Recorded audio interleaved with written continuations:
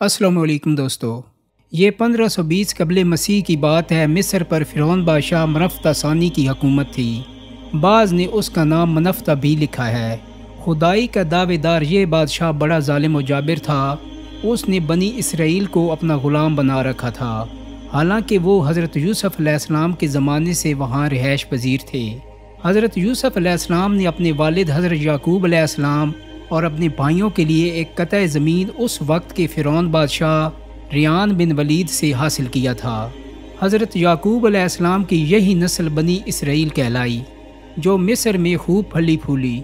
یہ لوگ حضرت یعقوب کے دین کے پیروکار تھے، چنانچہ اس وقت اللہ کے نزدیک یہ سب سے بہتر جماعت تھی۔ انہوں نے فرعون کو سجدہ کرنے اور اسے اپنا رب ماننے سے انکار کر دیا تھا۔ اسی وجہ سے بادشاہ اور اس کے حواری ان پر ظلم و ستم کے پہاڑ ڈھاتے اور ان سے گھٹیا کام کرواتے۔ دوستو یاد رہے، فرعون کسی خاص شخص کا نام نہیں بلکہ مصر کے بادشاہوں کا لقب تھا۔ تاریخی حقائق کے مطابق 31 فرعونہ خاندانوں نے مصر پر یکے بعد دیگرے حکومت کی۔ سب سے آخری خاندان نے 332 قبل مسیح میں سکندر اعظم کے ہاتھوں شکست کھائی۔ حضرت موسیٰ علیہ السلام کی پیدائش مصر میں ہوئی۔ حضرت ہارون علیہ السلام آپ کے حقیقی بڑے بھائی تھے۔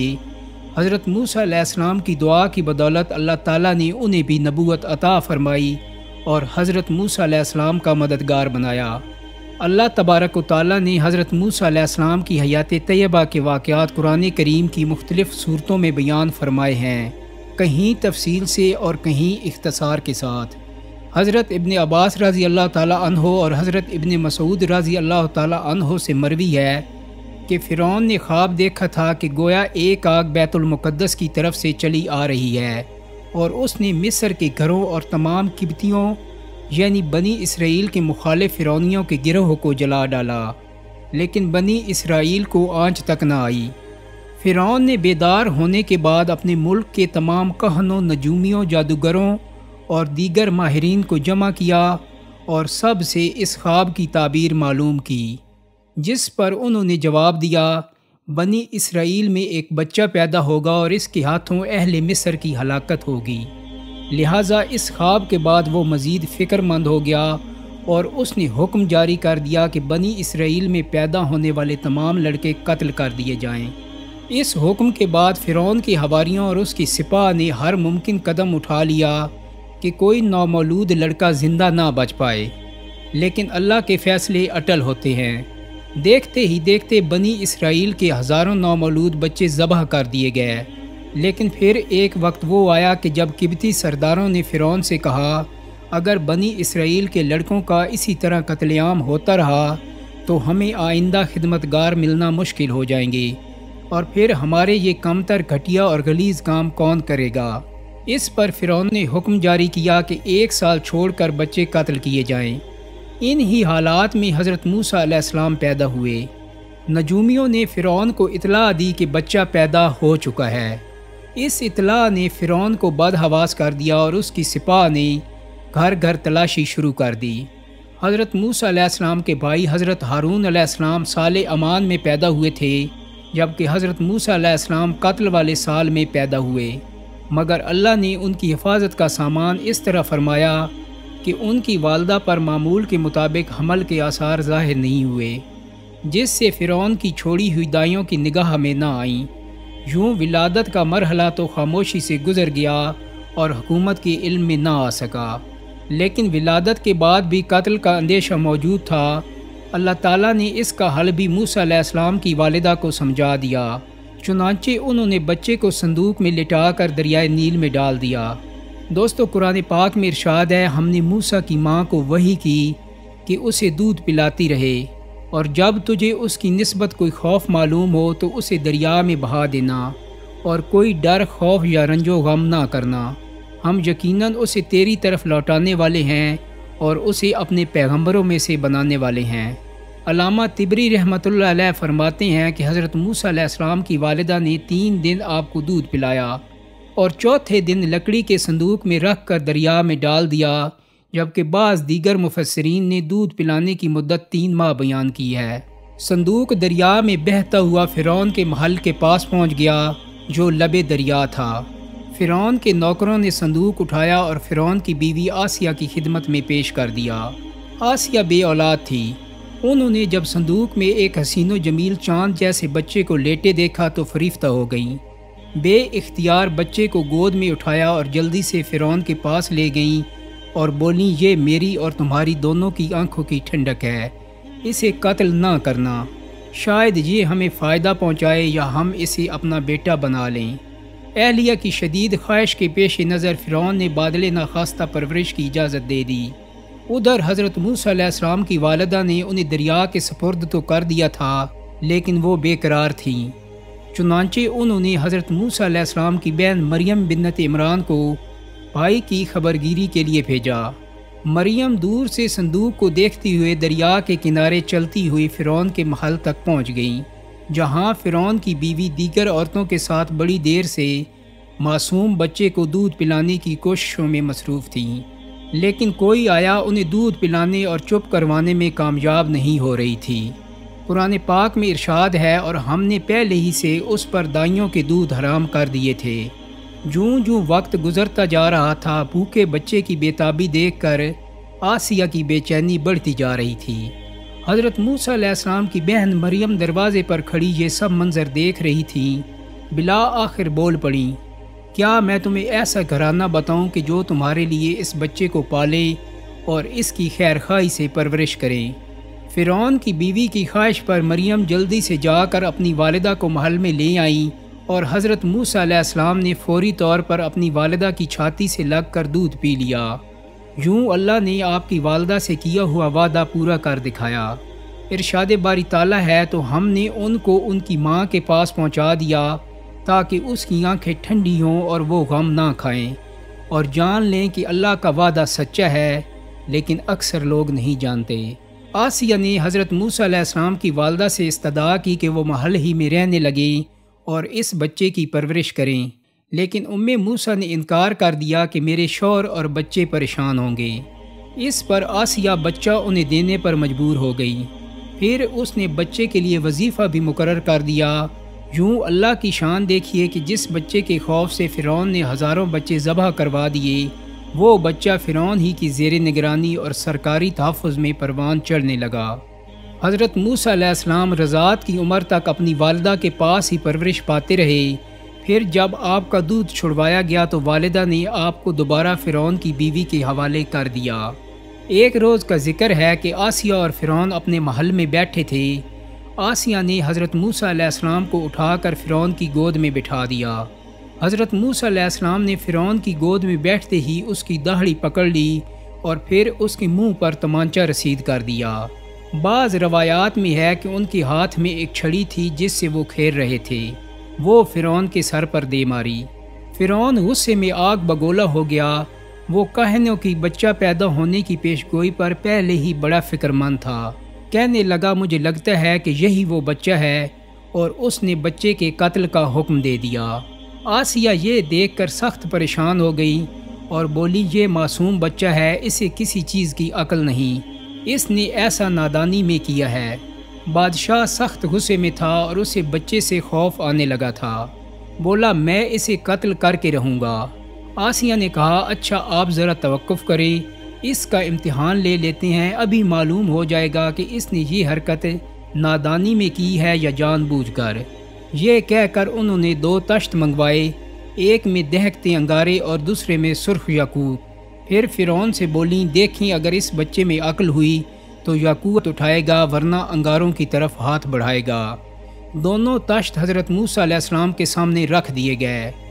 آپ نے یاقوت کی جانب ہاتھ بڑھائے، لیکن حضرت جبرائیل علیہ السلام نے فوراً ان کے ہاتھوں کو انگاروں کی طرف بڑھا دیا۔ آپ نے ایک انگارہ اٹھا کر منہ میں رکھ لیا، جس سے زبان جل گئی اور آپ رونے لگے۔ فرعون نے جب یہ دیکھا تو خاموش ہو گیا اور اپنا فیصلہ تبدیل کر دیا۔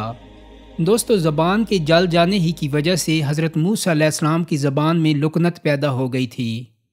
حضرت موسیٰ علیہ السلام شاہی محل میں آسیہ کی زیر نگرانی پرورش پاتے ہوئے جوان ہو گئے۔ آپ نہایت خوبصورت، طاقتور، سمجھدار اور دانا انسان تھے، اور مصر میں فرعون کے لے پالک بیٹے کے طور پر مشہور تھے۔ اسی وجہ سے ان کا رعب و دبدبہ بھی بہت تھا۔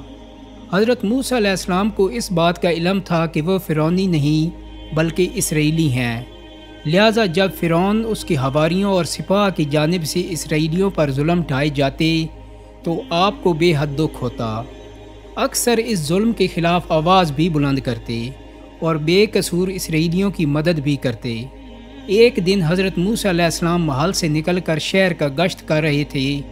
آپ نے دیکھا کہ ایک قبطی کسی اسرائیلی کو بری طرح زد و کوب کر رہا ہے۔ یہ منظر دیکھ کر آپ رک گئے۔ اسرائیلی نے جب آپ کو دیکھا تو مدد کے لیے پکار اٹھا۔ حضرت موسیٰ علیہ السلام دونوں کے قریب گئے اور قبطی کو روکنے کی کوشش کی، لیکن وہ ظلم سے باز نہ آیا۔ آپ کافی دیر تک اسرائیلی کو چھڑوانے کی کوشش کرتے رہے، لیکن قبطی کسی طور پر اسے چھوڑنے کے لیے تیار نہ تھا۔ آخر کار آپ سے ضبط نہ ہو سکا اور اسے ایک مکہ رسید کر دیا، جس سے وہ مر گیا، حالانکہ آپ کی نیت اسے مارنے کی نہ تھی۔ قبطی کے قتل کی خبر فرعون سمیت پورے مصر میں پھیل چکی تھی، لیکن کسی کو قاتل کا پتہ نہ تھا اور سپاہ قاتل کی تلاش میں سرگرداں تھی۔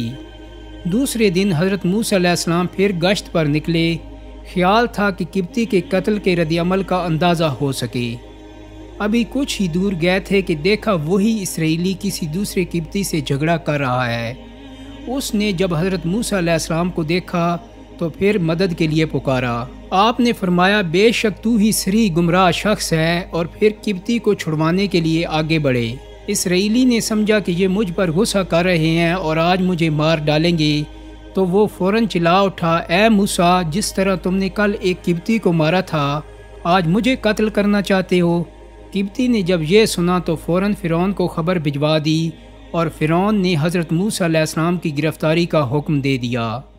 فرعون کے حواریوں کو حضرت موسیٰ علیہ السلام کے ہاتھوں قبطی کے قتل کا علم ہوا تو انہوں نے آپ کے قتل کا فیصلہ کر لیا، تاہم وہاں موجود آپ کے ایک ہمدرد نے آ کر آپ کو اس کی اطلاع کر دی۔ قرآن پاک میں ارشاد ہے، اور ایک شخص شہر کی پرلی طرف سے دوڑتا ہوا آیا اور بولا، موسیٰ، شہر کے رئیس تمہارے قتل کا مشورہ کر رہے ہیں، بس تم جلدی سے یہاں سے نکل جاؤ، میں تمہارا خیر خواہ ہوں۔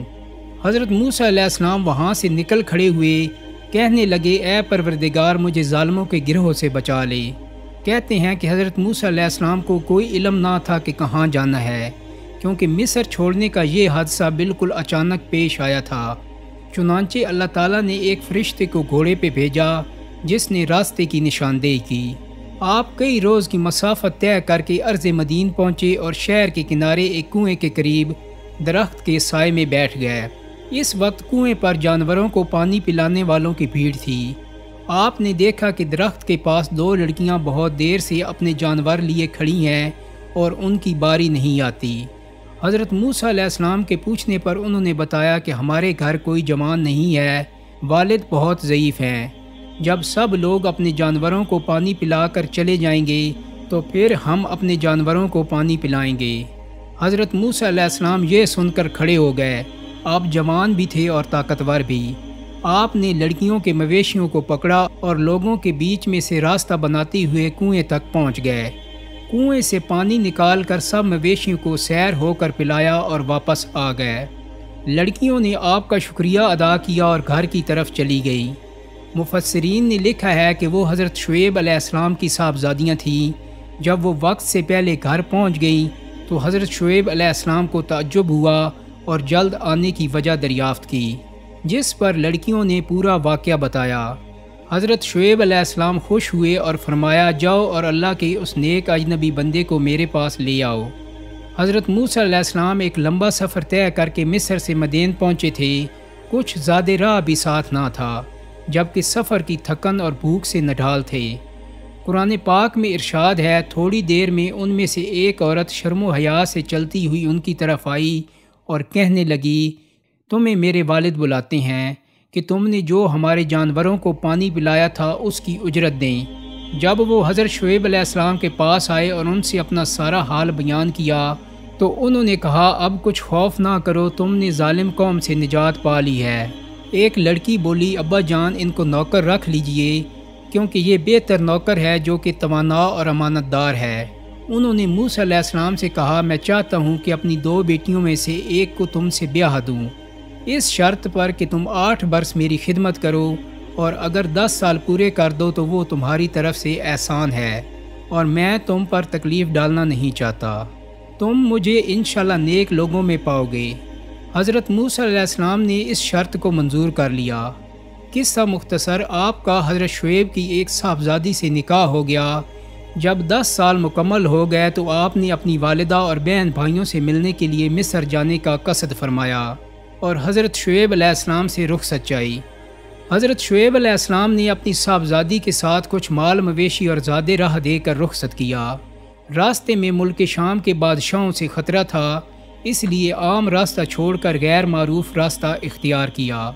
سردی کا موسم تھا اور اہلیہ کے ہاں ولادت قریب تھی۔ پھر یہ کہ راستے سے بھٹک کر طور پہاڑ کی مغربی اور داہنی سمت جا نکلے۔ اندھیری رات تھی اور برفانی سردی۔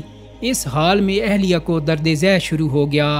حضرت موسیٰ علیہ السلام نے سردی سے بچاؤ کے لیے پتھر سے آگ جلانا چاہی، لیکن پتھروں کے رگڑنے سے آگ روشن نہ ہو سکی۔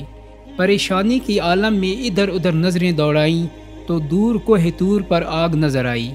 اہلیہ سے فرمایا، میں نے وہاں آگ دیکھی ہے، وہاں جا کر تمہارے لیے آگ بھی لاتا ہوں، اور ممکن ہے کوئی بندہ بشر بھی مل جائے جو راستہ بتا دے۔ حضرت موسیٰ علیہ السلام طور سینا کی طرف چل دیے۔ قریب پہنچے تو ایک حیرت انگیز منظر دیکھا کہ ہرے سبز درخت کے اوپر آگ کے شعلے بھڑک رہے تھے، مگر درخت کی کوئی شاخ جلتی ہے اور نہ ہی کوئی پتا، دھواں ہے اور نہ تپش، جبکہ درخت کی سرسبزی و شادابی اپنے عروج پر ہے۔ بعض روایات میں ہے کہ جب آگ ان کی طرف بڑھی تو وہ گھبرا کر پیچھے ہٹے، اور جیسے ہی واپسی کے لیے مڑے آواز آئی، اے موسیٰ، یقیناً میں ہی تمہارا پروردگار ہوں، تم اپنی جوتیاں اتار دو، میں نے تم کو منتخب کر لیا ہے، تو جو حکم دیا جائے اسے کان لگا کر سنو۔ حضرت موسیٰ علیہ السلام نے جب اللہ ذوالجلال کی آواز سنی تو مبہوت کھڑے رہ گئے۔ آپ نے فوری طور پر جوتے اتار دیے۔ اللہ تعالیٰ نے آپ کو شریعت کی تعلیم دی اور پھر فرمایا، اے موسیٰ، تمہارے داہنے ہاتھ میں کیا ہے؟